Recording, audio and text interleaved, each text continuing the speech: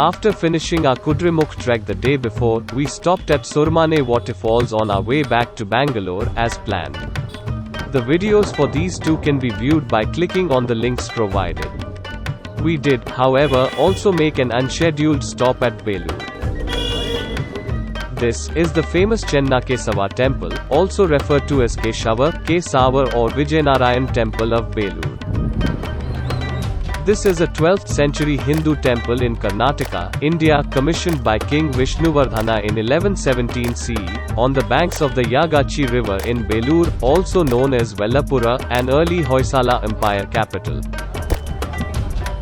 I had not researched the history of this location because I was completely unprepared for this trip. So, as we go through these visuals, I'll try to reconstruct what I've learned about the various historical and architectural aspects that I've researched later.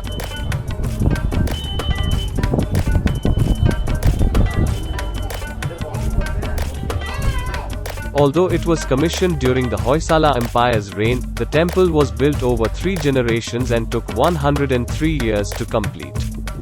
Throughout its history, it has been repeatedly damaged and plundered during wars, and it has been continually rebuilt and repaired, including major works by the Vijayanagara Empire and later by the Wadiyar dynasty. The Hoysala period of South Indian history lasted from around 1000 CE to 1346 CE. During this time, they constructed approximately 1,500 temples in 958 centers. Vishnuvardhana, a Hoysala king who came to power in 1110 CE, commissioned the Chennakeshava Temple, dedicated to Vishnu. It does, however, include many Shaivism and Shaktism themes, as well as images from Jainism and the Buddhism. The temple has 3 entrances and their doorways have decorated sculptures called Dwarapalika, meaning doorkeepers, on either side. Several miniature shrines can be found near the temple entrances and around the temple walls. These are said to have served as prototypes for the actual shrines that were to be built. Note here the symbol or crest of Hoysala below, which depicts a forefather of this dynasty who saved a saint from a lion by striking him dead. Hence, the symbolism of this sculpture in the crest of the kingdom.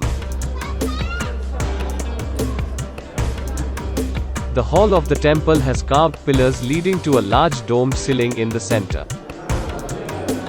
The Navaranga or central hall is supported by 48 pillars. Except for the central 4, each is carved in a distinct manner. The central 4 pillars are later additions, built in 1381 CE during the reign of the Vijayanagara Empire to support the internal structure of a damaged temple. The hall was originally open on all sides except the west side, which houses the sanctum, but all sides were later closed with perforated screens. This significantly reduced the amount of light, and the intricate artwork is difficult to appreciate without secondary lighting.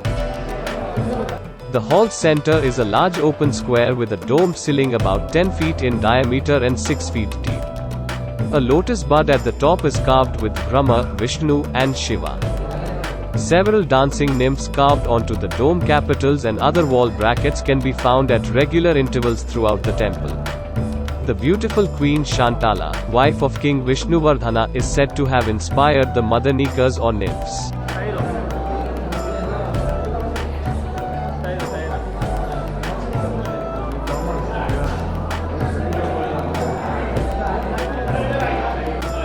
Each pillar appeared to be carved uniquely, with no apparent repetition. The 4 central pillars were hand-carved, whereas the others were lathe-turned. The entire temple is carved out of soapstone. 2 pillars stand out in particular. The Narsimha pillar is carved from top to bottom with miniature figures.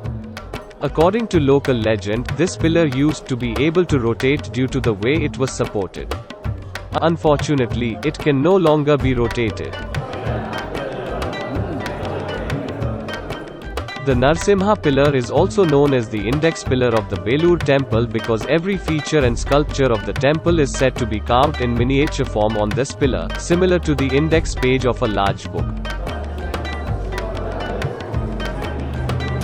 on the pillar, a small area has been left blank and uncarved. It is said that this has been left as a challenge for other artists to surpass. The pillar's base is decorated with mythological episodes such as Samudra Manthana, the churning of the ocean for the nectar of immortality, and the Lanka king Ravana shaking Mount Kailash, the abode of Shiva. The other pillar is the Mohini pillar. It is one of a few carvings of Sri Vishnu's female form, Mohini, who appeared as a byproduct of the Deva's churning of the ocean. When the Amrita was eventually stolen by the Asuras, she was the one who enticed them to recover it for the Devas. Mohini is the pinnacle of beauty, and her weapon is Maya or illusion. She is known to have deceived and tricked demons in order to save both humanity and divinity. There are two Vishnu pillars that are equally impressive. These pillars can be found on either side of the inner sanctum.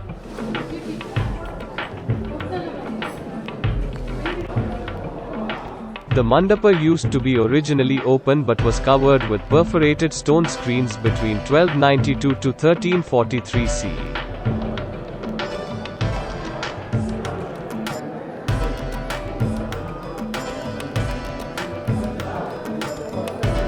The Chennakeshava Temple was constructed with soapstone. It is soft when quarried, allowing artists to carve details more easily. The material hardens over time.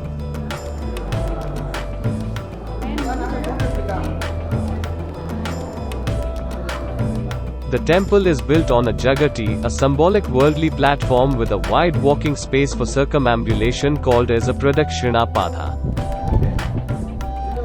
There is one flight of steps leading to the jagati and another flight of steps into the hall. As the devotees do the circumambulation of the temple over the jagati platform, the artwork is visible in horizontal bands.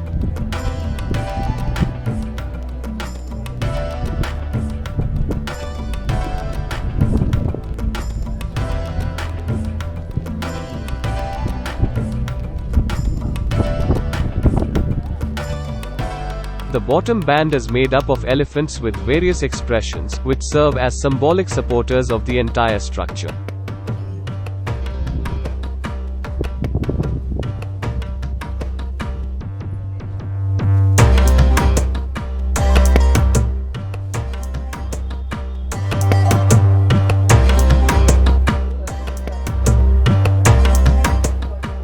Above it is an empty layer, then a layer of cornice work with a periodic lion face, then another band of scroll and then cornice band, except at the back of the temple where a row of horsemen in various riding positions are depicted. The fifth carved band is made up of small figurines, mostly females with various expressions facing the viewer, but it also includes yakshas who face the inside of the temple on occasion. This layer also contains a large number of dancers and musicians, as well as professionals and their tools.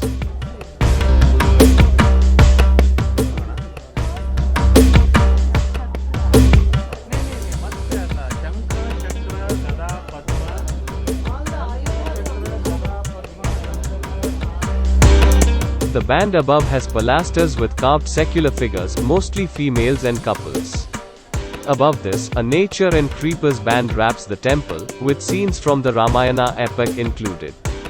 The next layer seem to be scenes from everyday life that depict karma, artha, and dharma, including couples in courtship, eroticism, and sexual scenes, followed by couples with children, economic, and festive activities.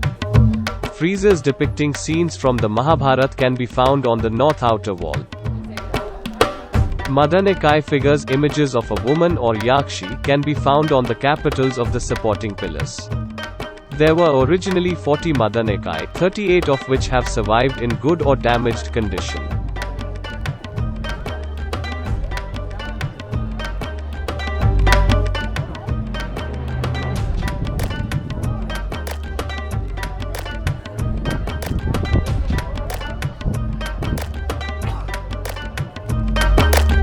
Later additions included 10 perforated stone windows and screens on the temple's north side and 10 on the temple's south side.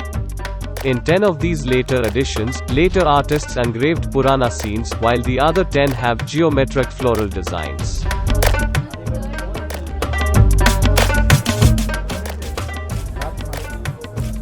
The Chennakeshava complex consists of a court with several Hindu temples and minor shrines inside a walled compound. Of this, the Chennakeshava Temple is the main temple, in the middle of the complex, entered from the east through a gopuram that was later constructed by the Vijayanagara dynasty. The temple complex contains two main stambha pillars. The deeper stambha, which dates from the Hoysala period, is known as the gravity pillar because it lacks a foundation and stands erect on its own weight. The complex also has a Kalyana Mandapa in the southeast corner for ceremonies. It was added in the 17th century.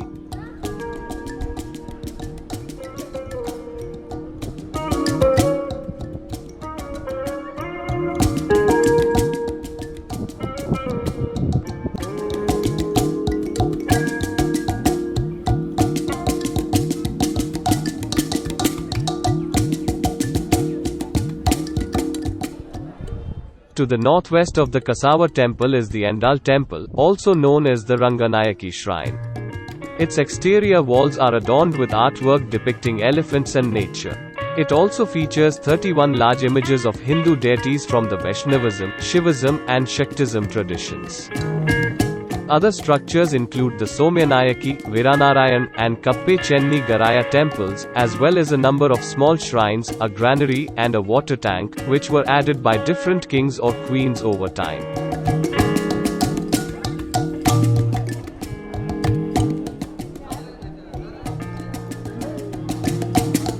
The temple was raided and damaged first by General Salah during Hoysala rule, and then by a coalition of sultanates during the Vijayanagara reign, but it was repaired with modifications by successive rulers and now stands as a testament to the artistic, cultural, and theological perspectives in 12th century South India and the Hoysala Empire rule.